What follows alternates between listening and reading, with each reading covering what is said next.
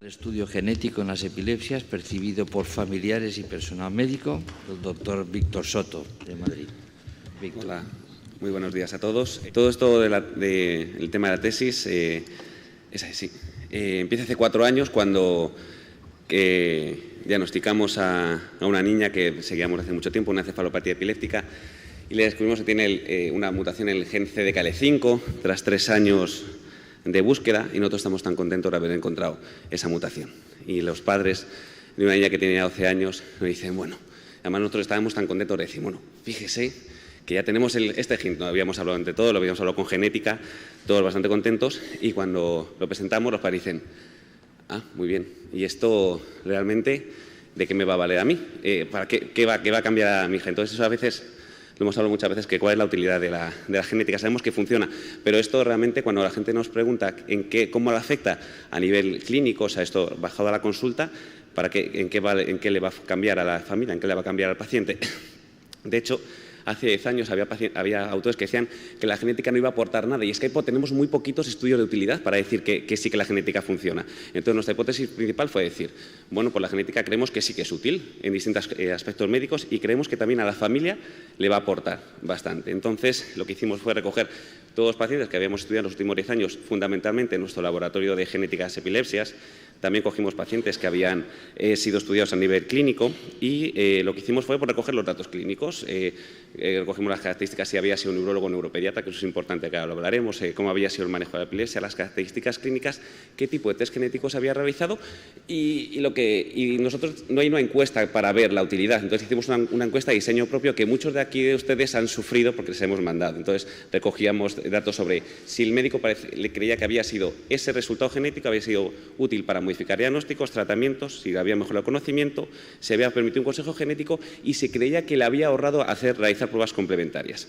También pasamos una encuesta de diseño propio a familiares para ver si creían que el test genético había mejorado su calidad de vida y se había modificado como tratamientos y había mejorado el conocimiento de la enfermedad de su hijo. Asimismo, les preguntamos sobre qué sentimientos había sentido cuando habían recibido ese resultado genético, respecto a alivio, tristeza y ansiedad. 48 investigadores de 27 hospitales de distinto nivel asistencial, incluidos españoles y también de Sudamérica, y recogimos 218 encuestas médicas y 63 encuestas a familiares. Las características de nuestra muestra, fundamentalmente recogimos pacientes que habíamos hecho estudios de encefalopatías epilépticas. Eso justifica pues, que los pacientes tienen mucho trastorno de aprendizaje y el porcentaje de farmacoresistencia es muy alto. O sea, que estamos en un espectro de epilepsias graves. El 36% de nuestros pacientes habían tenido un resultado positivo, es decir, que encontramos una variante patogénica o probablemente patogénica. Está sobre representado genes que, bueno, conocemos que el SCN1A es un gen que estaba claro que íbamos a encontrar, pero otros genes como el PRRT2 y el GRIN2A están sobre representados en nuestra muestra, seguramente porque los estudios iban dirigidos más a epilepsias focales idiopáticas y convulsiones familiares del lactante. De resultados, vimos que sigue siendo importante la anamnesis y la exploración neurológica, ¿no? Lo de los clásicos, es decir, los pacientes que habíamos encontrado un resultado positivo, pues eran los pacientes que tenían exploración neurológica alterada y los que habían tenido un inicio precoz de crisis y los que tenían otras comorbilidades médicas. Cuando preguntamos la utilidad de 1 al 10 sobre cómo de útil habían sentido el test genético, pues vimos que de 9 de 10 le damos una puntuación de 9 cuando encontramos un resultado positivo, pero en los casos en los que no encontrábamos mutación, se considera una utilidad de hasta 6 sobre 10. Y especialmente útil cuanto más pequeños y cuanto antes hacíamos el diagnóstico. Comparamos neuropediatras y neurólogos. No es una cosa solo de neuropediatras, es decir, que los neuropediatras sí que consideramos que le dimos un valor de 9, pero los neurólogos de adultos le dieron un valor de utilidad de 8 sobre 10. Fíjense que sí que para nosotros, para neuropediatras, sí que se hicieron más consejos genéticos en aquellos en los que se había encontrado una mutación genética, pero el valor importante encontrar una variante patogénica que consiguió modificar diagnósticos y tratamientos se consiguió más en población adulta. Es decir, que la genética tuvo más impacto en población adulta que en niños pequeños, que es una cosa que nosotros no esperábamos. Fundamentalmente el encontrar un resultado positivo pues, hizo que las variables de diagnóstico o tratamiento fueran más positivas que respecto a no encontrar una variante. y se consiguió modificar diagnósticos hasta en un 60% de los casos en que encontramos una mutación, especialmente en los pacientes de mayor edad, es decir, pacientes que llevan con mucho tiempo con un diagnóstico y se consiguió cambiar a raíz del test genético. Incluso en 4 de los 10 pacientes con malformación del sistema nervioso central encontramos una mutación genética, es decir, que tener una alteración en resonancia no es óbice en muchas ocasiones para realizar un estudio genético. Y estas cosas que sí que son muy relevantes, que por lo menos sí que nosotros lo consideramos. Se realizaron modificaciones en el tratamiento antiepiléptico a raíz de un resultado positivo genético en hasta el 40% de los casos. Y esto se tradujo en una mejoría clínica en un 5%. En la mayoría de los casos se cambiaron tratamientos antiepilépticos, pero en algunos casos ya se empezaron tratamientos específicos, como puede ser la memantina, la omnipiridina, en el caso del CACNA2. Por ejemplo, el caso 25, este paciente que tenía una niña con una encefalopatía epiléptica por CACNA2, con una alteración de sueño y psicomotricidad, no solo mejoraron la epilepsia, sino que mejoraron estos aspectos de motricidad y de trastornos de sueño, con la mejoría consecuente en la calidad de vida. Se permitió un consejo genético hasta en el 87% de los casos en los que se encontró una mutación genética, especialmente cuanto más pequeños eran los pacientes y cuanto antes se hacía. Por ejemplo, queremos muchas veces bajarnos a un caso clínico, lo demuestra muy bien. Una paciente embarazada, o sea, la madre de una paciente con una hija con encefalopatía epiléptica y está embarazada de otra niña.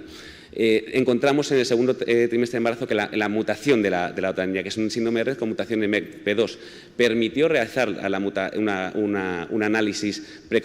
análisis en intraútero de la otra niña y vio que no tenía esa variante patogénica, con lo que esta madre prosiguió el embarazo, si no hubiera abortado. O sea que sí que tiene aplicación real. Se evitaron pruebas complementarias hasta en el 92% de los casos en que se encontró una mutación. Es decir, que si no hubiéramos tenido este test, hubiéramos seguido con una odisea diagnóstica. Así lo comentan los padres, como una odisea diagnóstica. Fundamentalmente, en los pacientes, cuanto más pequeños eran y cuanto antes se realizaba ese test. Lo que sí que le preguntábamos, en plan, ¿qué hubiera realizado antes? ¿Una resonancia, por ejemplo, o un test genético? Pues fíjense que aunque hasta en el 6% de los casos los médicos hubieran preferido hacer un test genético, pues ya se había realizado una resonancia antes. Y estos porcentajes son mucho más elevados en casos de los estudios metabólicos. Por ejemplo, el estudio metabólico ampliado que incluye una punción lumbar se había realizado hasta en el 37% de los casos, aunque el médico hubiera preferido hacer un test genético antes. Es decir, que la disponibilidad de las pruebas genéticas pues, es escasa, ¿no? Todavía tenemos que mejorarla. Mejoró el conocimiento de la enfermedad, eso es importante. Este caso de 2 gemelos dicigóticos con una mutación en CANS1, estos pacientes, sus padres creían que sus hijos estaban endemoniados. Y así lo sentían. Y se habían cambiado de casa porque se creían que su casa estaba hechizada, porque eran 2 gemelos que convulsionaban a la vez. Pues a partir de, pues fíjense, el alivio de los padres de encontrar una causa genética orgánica de la enfermedad de sus hijos. Pero no solo cuando encontramos un resultado genético positivo. Cuando no encontramos el resultado, también, cuando el resultado fue negativo, incluso mejoró el conocimiento de la enfermedad hasta en el 25% de los casos. Y a veces, en ocasiones, los médicos dijeron que se habían modificado diagnósticos y tratamientos. Hasta en el 44%, cuando preguntamos a los padres de los casos en que encontramos una variante patogénica, los padres dijeron que esta situación le había mejorado la calidad de vida. Seguramente que tenga que ver pues, con la mejora del conocimiento, con poder realizar consejo genético y asesorar a otros familiares. Siempre tenemos la sensación de que da un resultado genético positivo, va a crear una sensación mala en los padres. Y eso es verdad al principio. Fíjense que hasta el 88% de los padres se sintieron más tristes y con más ansiedad. Pero ese sentimiento se revierte. Es decir, los pacientes que habían recibido ese diagnóstico años antes, cuando habían pasado más de 3 o 4 años, ellos se encontraban menos ansiosos y con mejoría del estado de ánimo. O sea, es decir, que había sido algo positivo respecto a sus sentimientos. O sea, que ese sentimiento de tristeza y ansiedad que a veces creemos que podemos sentirlo, se revierte con el tiempo. Nuestras conclusiones, no hablo de la coste-eficiencia, que lo comenté ayer en una comunicación, que también creemos salió que sí que se ahorraba más o menos unos 1.000–1.500 euros por paciente en caso de hacer el estudio genético antes que otras pruebas complementarias. El estudio genético en la epilepsia creemos que mejora el conocimiento de la enfermedad, cambia o confirma diagnósticos previos, especialmente en adultos, en población adultas, que se consiguieron evitar otras pruebas complementarias, se modificaron tratamientos, permitió un consejo genético y los padres lo sintieron como que había mejorado su calidad de vida. Es decir, que el abordaje genético es útil tanto para médicos como para familiares y igualmente rentable tanto en costes directos como costes indirectos a nivel del tiempo para realizar el diagnóstico. Pues muchas gracias a todos.